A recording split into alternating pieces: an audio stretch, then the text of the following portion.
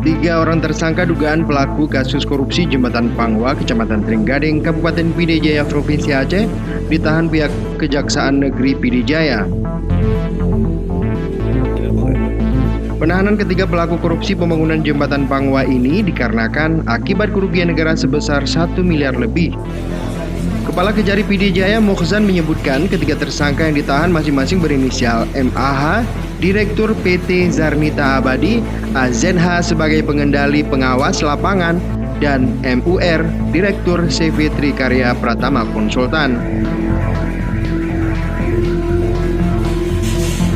Ketiga rekanan itu ditetapkan sebagai tersangka dan kemudian langsung ditahan karena pada proyek tersebut ditemukan kerugian negara 1 miliar lebih dari total anggaran 11,2 miliar rupiah.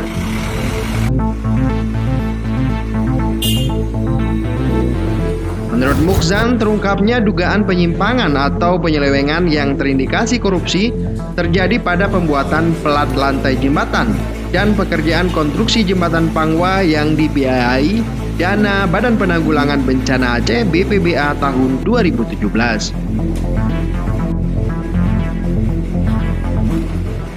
Modus operandi dari tersangka ini, dia tidak membeli material dari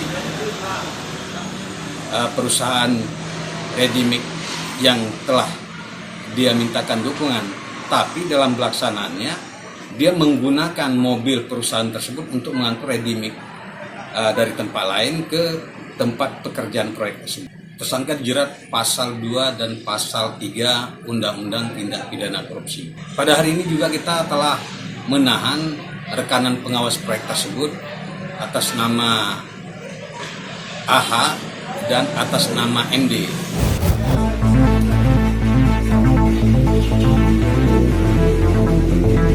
Untuk pemeriksaan lebih lanjut, ketiga tersangka ditahan di tahanan Polres PD Jaya selama 20 hari ke depan.